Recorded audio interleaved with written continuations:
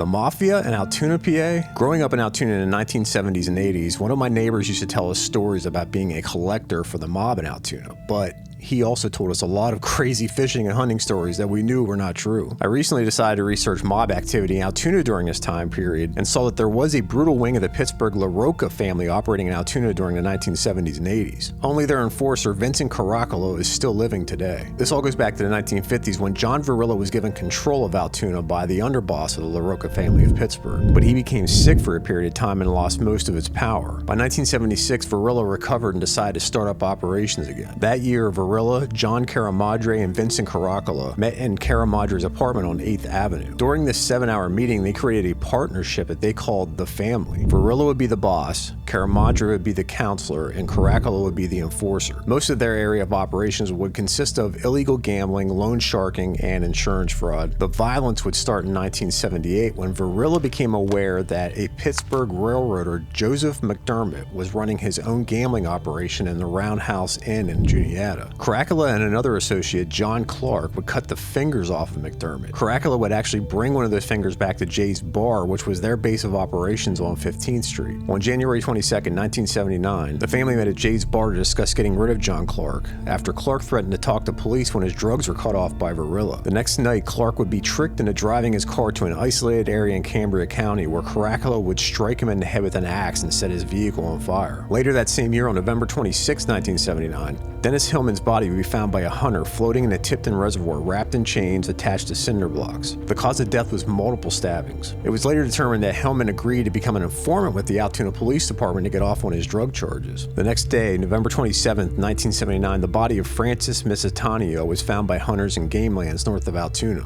His cause of death was a single gunshot wound to his head.